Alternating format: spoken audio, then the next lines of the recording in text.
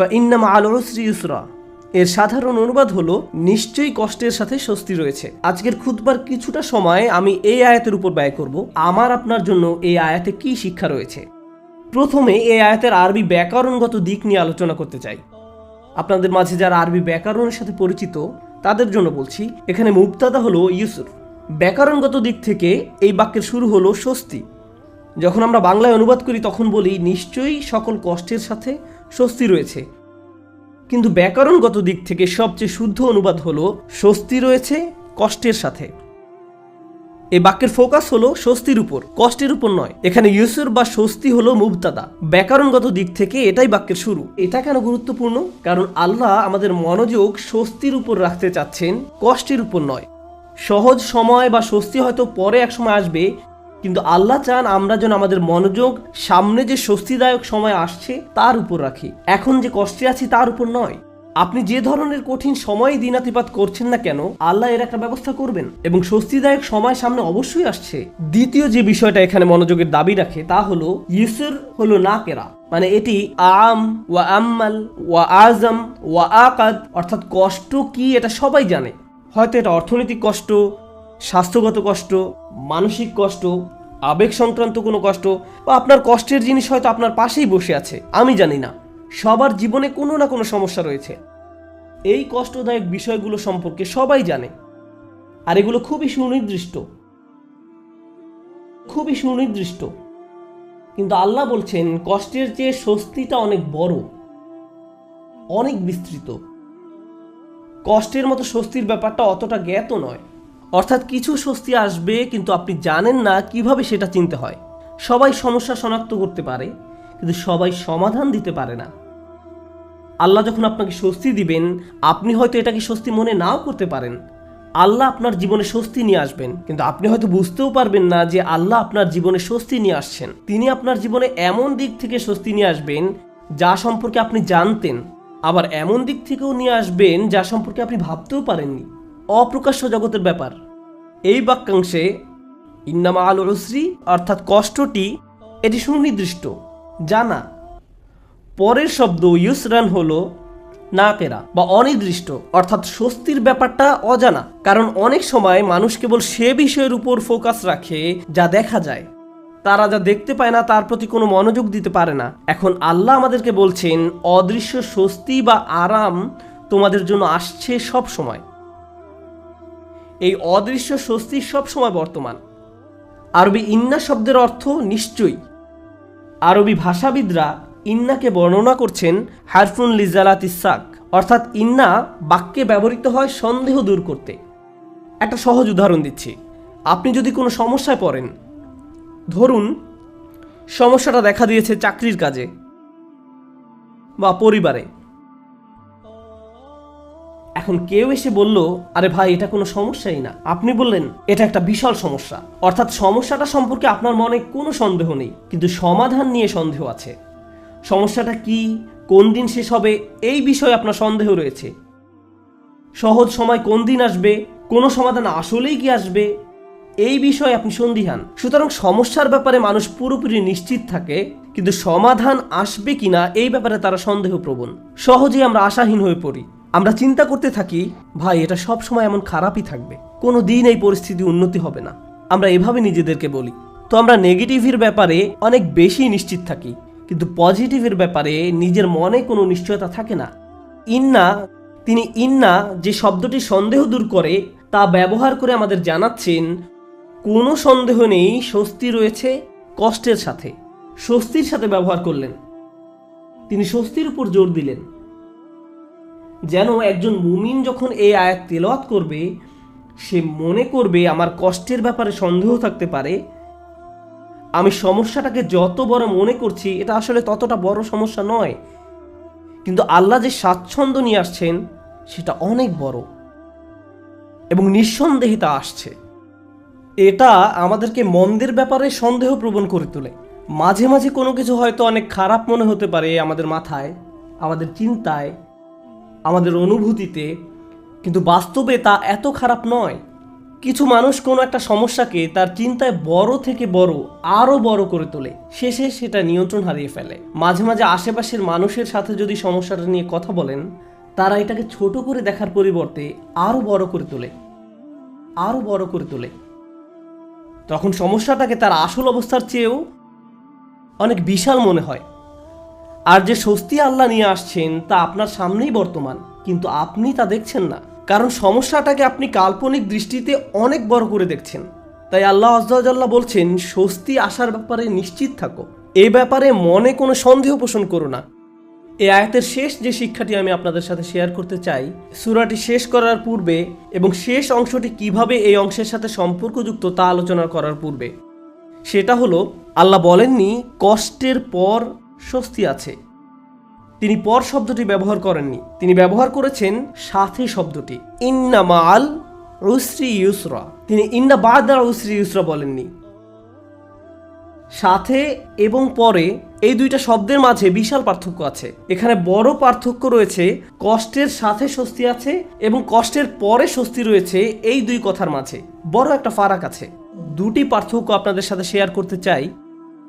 একটি পার্থক্য হলো, হয়তো আপনি যখন একটি সমস্যার মধ্য দিয়ে দিন পার করছেন, সেই সমস্যাটির সাথে কিছু স্বস্তির বিষয়ও আপনার জীবনে এসেছে যা আপনি উপলব্ধিও করতে পারেননি। বর্তমান সমস্যাটি যতটা কঠিন মনে হোক না কেন, বিকল্প হয়তো আরো অনেক বেশি কঠিন হতো। হয়তো একটি দরজা বন্ধ হওয়ার কারণে আরো 5টি দরজা খুলে গিয়েছে, আপনি হয়তো ব্যাপারটি দেখতে পাননি, কিন্তু আল্লাহ আযজা ওয়া জাল্লার ডিজাইনে একটি সমস্যা হয়তো 20টি সমাধানের পথ উন্মুক্ত করে দেয়, আরো অগণিত সমাধানের পথ খুলে দেয়। এজন্য ওই স্বস্তিদায়ক বিষয়গুলো আসার জন্য এই সমস্যাটি ঘটার দরকার ছিল। এটি আল্লাহর বিজ্ঞ ডিজাইনের অংশ, আমরা হয়তো তা শনাক্ত করতে পারি না। অন্য কথায়, হ্যাঁ, আমার মন বলছে আমি সমস্যার মধ্যে দিয়ে যাচ্ছি, কিন্তু এই সমস্যার মধ্য দিয়ে আল্লাহ আমার জীবনে স্বস্তি নিয়ে আসছেন নিশ্চিতভাবেই, শুধু আমাকে সেটা খুঁজে পেতে হবে। সমস্যা আমি দেখতে পাচ্ছি, কিন্তু সমাধান কোথায় সেটা আমাকে খুঁজে বের করতে হবে। জীবনে আমরা যত ভয়ানক অভিজ্ঞতার মধ্য দিয়ে যাই, তখন আমরা এভাবে প্রশ্ন করি যে আমাকে কেন এই বিপদে ফেলা হলো, কেন আমার সাথে এমন হচ্ছে, আমি কি এমন অন্যায় করেছি, এর থেকে ভালো কি আসবে। আপনাদেরকে বলছি, ওই অভিজ্ঞতাগুলোর প্রত্যেকটাই কোনো না কোনো সহজতা, স্বস্তি বা ভালো সাথে করে নিয়ে আসে, যা আমরা দেখতে পাই না। কিন্তু আল্লাহ বলছেন ওই স্বস্তি সাথেই আছে, তোমাকে এর জন্য অপেক্ষা করতে হবে না। এটা একই সময়ে কষ্টের সাথে সহাবস্থান করে, কষ্টের সঙ্গেই এই স্বস্তির অবস্থান। ইন্না মাআল উসরি ইউসরা। এছাড়াও যখন সাথে শব্দটি ব্যবহার করা হয়, আল্লাহ বলছেন যে স্বস্তিকে কষ্টের সাথে রাখা হয়েছে, স্বস্তিকে কষ্টের সাথে রাখা হয়েছে। যেভাবে তিনি রাতকে দিনের সাথে রেখেছেন, তিনি যেভাবে মেঘমালাকে বৃষ্টির সাথে রেখেছেন, অনেক জিনিস আছে যেগুলো তিনি একত্রে রেখেছেন। এই জীবনে আল্লাহ যা করার সিদ্ধান্ত নিলেন, আমি আর আপনি যদি স্বস্তি পেতে চাই, তিনি ব্যাপারটাকে এমনভাবে ডিজাইন করলেন, কষ্টের মধ্য দিয়ে গেলেই কেবল কষ্টের সাথে স্বস্তি আসবে। এভাবেই তিনি জীবনের সব কিছু ডিজাইন করেছেন। আপনাদের অনেকেই ছাত্র, আপনাকে প্রথমে পড়ালেখার কষ্টের মধ্য দিয়ে যেতে হবে, তারপর আপনি গ্র্যাজুয়েট হওয়ার স্বস্তি লাভ করবেন, পরবর্তী ক্লাসে উত্তীর্ণ হওয়ার স্বস্তি লাভ করবেন। আপনার চাকরির জায়গায় কঠিন পরিশ্রম করতে হবে বোনাসের স্বস্তি লাভ করার পূর্বে, প্রমোশন লাভ করার পূর্বে। কষ্ট ছাড়া এসব ঘটে না। আপনাকে আগে খাদ্যাভ্যাস ঠিক করতে হবে, স্বাস্থ্যকর খাবার খেতে হবে ভালো স্বাস্থ্য লাভ করার পূর্বে। কোনো রোগীকে হয়তো আগে অপারেশনের কষ্টের মধ্যে দিয়ে যেতে হবে সুস্থ হওয়ার আনন্দ উপভোগ করার পূর্বে। এভাবেই আল্লাহ জীবনকে তৈরি করেছেন। আপনাকে কষ্টকর অভিজ্ঞতার ভেতর দিয়ে যেতে হবে যদি স্বস্তি লাভ করতে চান। এটাই আল্লাহ ডিজাইন। ব্যাপারটা এমনই। আপনি এ কথা শোনার পর হয়তো ভাবতে পারেন, আমি তো এখন কঠিন সময় আছি, তার মানে সামনে সহজ সময় আসছে, আর এজন্য আমি এখন বিশ্রাম করব আর সহজ সময় আসার অপেক্ষা করব। না, আল্লাহ আমাদেরকে গভীর একটি বিষয় সম্পর্কে জানাচ্ছেন। আপনাকে কঠিন সময়ে কঠোর পরিশ্রম করে যেতে হবে। বসে বসে এমনটি ভাবলে হবে না যে আল্লাহ তো সহজের প্রতিশ্রুতি দিয়েছেন, তাই আমি তার অপেক্ষায় থাকবো আর বসে বসে কাঁদবো। No. এই জন্য তিনি পরের আয়াতে আমাদের রাসূল সাল্লাল্লাহু আলাইহি সাল্লামকে বলছেন, ফাইদা ফারাগাতা ফানসব। শক্তিশালী একটা বাক্য। অতএব যখন আপনি অবসর পান, পরিশ্রম করুন। স্বস্তি এবং কষ্টের সাথে এর সম্পর্ক কি? স্বস্তি এবং কষ্টের সাথে এর সম্পর্ক কি? আল্লাহ চান না আমি আর আপনি যেন অলস হয়ে বসে থাকি। যখন আমরা কোনো কঠিন সময় থাকি তখন আল্লাহ চান আমরা যেন প্রচুর পরিশ্রম করি। অন্য মানুষদের দেখবেন যখন তারা কোনো কঠিন সময় পতিত হয় সব কিছু ছেড়ে দিয়ে একেবারে হতাশ হয়ে বসে থাকে, তারা নিরাশ হয়ে পড়ে, উদ্বিগ্ন হয়ে পড়ে, সব কিছু বাদ দিতে শুরু করে। কিন্তু বিশ্বাসীদের বেলায় যখন তুমি কঠিন কোনো পরিস্থিতিতে পড়ো তখন তুমি অবসর পেলেই নিজেকে কঠোর পরিশ্রমে নিয়োজিত করো, নিজেকে কাজে লাগাও, উৎপাদনক্ষম বানাও। উলামারা এই আয়াত নিয়ে প্রচুর মন্তব্য করেছেন। যখন দাওয়ার কাজ থেকে অবসর পান তখন নিজেকে ইবাদতের কঠোর পরিশ্রমে নিয়োজিত করুন। ইবাদত থেকে অবসর পাওয়ার পর দাওয়ার কাজে আত্মনিয়োগ করুন। রাসূলুল্লাহ সাল্লাল্লাহু আলাইহি সাল্লামকে বলা হচ্ছে এক কাজ থেকে অবসর পাওয়ার পরে অন্য কাজে নিজেকে ব্যস্ত রাখুন। আমার আর আপনার জন্য প্রশ্ন হলো, কত সময় আমরা অপচয় করি এমনটা ভেবে যে জীবন কত দুর্বিষহ। অলস হয়ে বসে থাকি, কিছুই করি না, নিজের মনকে নেতিবাচক চিন্তায় ডুবিয়ে রাখি, সম্পূর্ণ অকার্যকর আর অকর্মণ্য হয়ে বসে থাকি। অথচ আল্লাহ বলছেন তোমার হাতে অনেক বেশি অবসর সময় আছে আর তুমি এই সময়ে কোনো কাজেই লাগাচ্ছ না। যখন আপনি নিজেকে কোনো পরিশ্রমে নিয়োজিত না করেন তার মানে আপনি কষ্টকে জেতার সুযোগ দিচ্ছেন। আয়াতটা শুরু হয়েছে ফা অক্ষর দিয়ে, ফা আস-সাবাবিয়া, অর্থাৎ অতএব। তুমি যেহেতু স্বস্তি কামনা করো তাই তোমার নিজেকে পরিশ্রমে নিয়োজিত করতে হবে। এটা শেখার ফলে তোমার উচিত নিজেকে পরিশ্রমে নিয়োজিত করা। তাই আমার আর আপনার উচিত একটি অর্থপূর্ণ এবং প্রোডাক্টিভ জীবনযাপন করা। মাঝে মাঝে জীবনে অতিরিক্ত চাপের কারণে আমরা ভেঙে পড়ি, আমরা সহজেই একেবারে ভেঙে পড়ি দুঃখ, হতাশায়, উদ্বেগ বা উৎকণ্ঠায়। এরকম হওয়া দোষের কিছু নয়, কিন্তু আমাদেরকে শিখতে হবে কিভাবে আল্লাহর কিতাবের মাধ্যমে এই কষ্টকর অভিজ্ঞতার সময় মানসিক শক্তি অর্জন করব। রাসূলুল্লাহ সাল্লাল্লাহু আলাইহি সাল্লাম যেসব কাজে নিজেকে ব্যস্ত রাখতেন তা ছিল দুই রকমের। এটা মনে রাখতে চেষ্টা করুন। দুই ধরনের কাজ আছে যা আপনাকে ব্যস্ত রাখতে পারে। আমি আপনাদের জন্য তৃতীয় আরেকটি যুক্ত করব। রাসূলুল্লাহ সাল্লাল্লাহু আলাইহি সাল্লাম হয় এমন কোনো কাজে নিজেকে ব্যস্ত রাখতেন যাতে আল্লাহকে খুশি করত, অথবা তিনি এমন কোনো কাজে ব্যস্ত থাকতেন যা আল্লাহর কোনো সৃষ্টির উপকার করত। তিনি হয় শুধু আল্লাহর জন্য কিছু করতেন, নামাজ পড়া, জিকির করা, এই কাজগুলো ছিল শুধু আল্লাহর জন্য, অথবা তিনি কাউকে সাহায্য করতেন, তিনি কাউকে পথ দেখাতেন, শিক্ষা দিতেন, এমনকি তিনি মানুষকে জীবিকা উপার্জনের জন্য সাহায্য করতেন। এভাবে তিনি অন্য মানুষদের সব ধরনের সাহায্য করতেন। এখন আপনি নিজেকে প্রশ্ন করুন, এই দুই ধরনের কাজের কোনটি আপনি করছেন? আমি কি এমন কিছু করছি যা আল্লাহকে খুশি করছে, বা আমি কি এমন কিছু করছি যা কারো জীবনে স্বস্তি নিয়ে আসছে? মূলত আল্লাহ অন্য একটি সূরায় রাসূলুল্লাহ সাল্লাল্লাহু আলাইহি সাল্লামকে এই কাজগুলো সম্পর্কে বলেছেন, ফাআম্মাল ইয়াতীমা ফালা তাকহার ওয়া আম্মাস সাইলা ফালা তানহার ওয়া আম্মা বিনি'মাতি রাব্বিকা ফাহাদ্দিস। সুতরাং আপনি এতিমদের প্রতি কঠোর হবেন না, আর ভিক্ষুককে আপনি ধমক দিবেন না। কিন্তু আপনি যখন অতিরিক্ত চিন্তা করতে থাকবেন নিজের সমস্যাগুলো কতটা খারাপ, জীবনটা কেমন দুর্বিষহ, কিভাবে সব কিছু তার গতিপথ হারিয়ে ফেলছে, কোনো কিছুই কোনোদিন ঠিক হবে না, তাহলে নিজের মাঝে আপনি অতিরিক্ত ডুবে আছেন, আপনি নিজেকে নিয়েই পড়ে আছেন। এভাবে নিজেকে নিয়ে পড়ে থাকলে আল্লাহর সাহায্য আসে না, এভাবে আল্লাহর সাহায্য আসে না। আল্লাহ বলেন ওয়া ইলা রাব্বিকা ফারগাব, এবং আপনার পালনকর্তার প্রতি মনোনিবেশ করুন। আমি আর আপনি যে সমস্যাগুলোর মাঝে দিন পার করছি আজ সেগুলোকে অনেক বেশি, অনেক বড় বলে মনে হয়। সমস্যা ছাড়া আর কিছু নিয়ে আমরা ভাবতে পারি না, কিন্তু একটু সামনে এগিয়ে চিন্তা করলে বুঝবেন আমরা সবাই একটা গন্তব্যের উদ্দেশ্যে ছুটছি, আর সেই গন্তব্যটি হলো আল্লাহর সাক্ষাৎ। ওয়া আন্না ইলা রাব্বিকাল মুনতাহা। যদি এই ব্যাপারটা ভুলে যান যে আপনি একটি রেলগাড়ির ভিতরে আছেন, বুঝতে পারেন বা না পারেন আপনি আল্লাহর দিকে ছুটে চলছেন, আপনি কিন্তু নিশ্চলভাবে দাঁড়ানো অবস্থায় নেই। আপনার সমস্যাটি জীবন থামিয়ে দেয়নি, জীবন এখনো এগিয়ে চলছে। আমার আপনার আল্লাহর সাথে দেখা হবেই। আপনি যখন বুঝবেন আমি যাই করি না কেন এই ভ্রমণ থামানোর কোনো উপায় নেই, তখন আপনার পক্ষে নিজের গন্তব্যের প্রতি মনোনিবেশ করা অনেক সহজ হবে। এই মুহূর্তে আমি যে এলাকা অতিক্রম করছি, যে সমস্যাপূর্ণ এলাকা অতিক্রম করছি, একসময় এটা পার হয়ে যাবে, কারণ এটা আমার গন্তব্য নয়। আমার গন্তব্য হলো আল্লাহ আজ্জা জাল্লা। এভাবে নিজের মাথায় একটা চিত্র তৈরি করুন। মনে করুন একটি পথ দিয়ে কোথাও যাচ্ছেন, আর পথিমধ্যে কোনো জায়গায় প্রচণ্ড দুর্গন্ধ নাকে এসে লাগলো। যদি চলতে থাকেন গন্ধটা একসময় চলে যাবে, এটা সব সময় আপনার সাথে থাকবে না। চলতে থাকলে এক সময় ভালো একটা জায়গায় এসে উপনীত হবেন। আপনাকে হয়তো ভয়ঙ্কর কোনো অঞ্চলও অতিক্রম করতে হতে পারে, আপনি চলতে থাকলে ওই অঞ্চলও পার হয়ে যাবেন। জীবনটা এমনই, আমাদেরকেও এভাবে জীবনের সমস্যাগুলো অতিক্রম করে যেতে হবে। আর আল্লাহ আযজা ওয়া জাল্লা বলছেন, আপনার আমার জীবনের প্রতিটি ভ্রমণেরই একটি উদ্দেশ্য আছে। আমাদের নিজেদের শুধু একটি প্রশ্ন করতে হবে, আমরা কি পরিশ্রম করছি? দিন শেষে আমরা কি করছি? তৃতীয় যে ব্যাপারটি নিয়ে আজ কথা বলবো, আগে আমি বলেছিলাম মহানবী সাল্লাল্লাহু আলাইহি সাল্লাম হয় আল্লাহর সন্তুষ্টির জন্য কিছু করতেন, নতুবা তার সৃষ্টির উপকারার্থে কিছু করতেন। আর আমাদের বেলায় দিনের অধিকাংশ সময় আমরা আত্মসেবায় ব্যয় করি। অবশ্যই আমাদের বিভিন্ন জিনিসের প্রয়োজন রয়েছে, আমাদের খাবারের দরকার, পোশাক পরিচ্ছদ প্রয়োজন, চাকরি বাকরি করতে হবে, কিন্তু অবসর সময় আমি কি করি?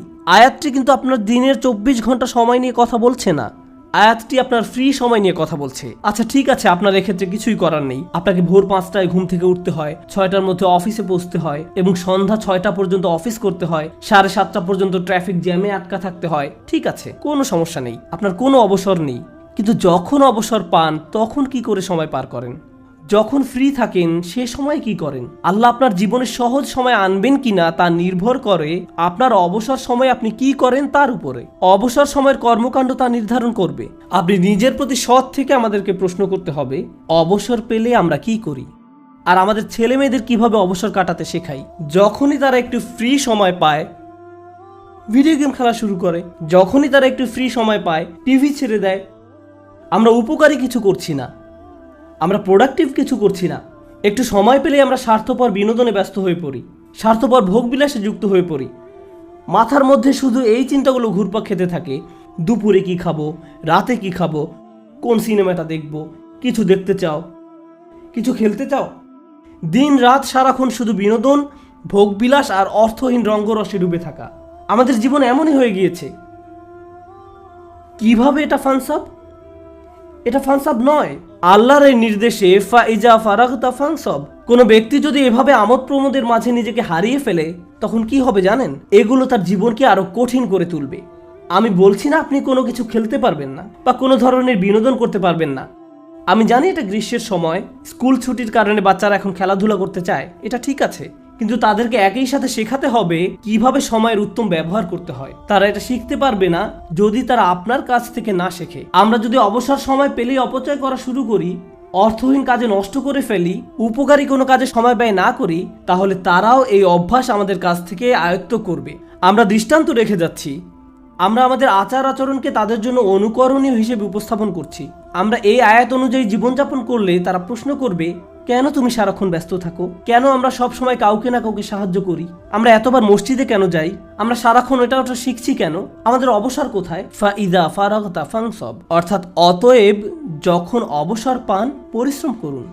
فإن مع العسر يسرا إن مع العسر يسرا فإذا فرغت فانصب وإلى ربك فارغب। নিশ্চয়ই কষ্টের সাথে স্বস্তি রয়েছে। এই নির্দেশগুলো আল্লাহ আমাদের মহানবী সাল্লাল্লাহু আলাইহি সাল্লামকে প্রদান করেছিলেন।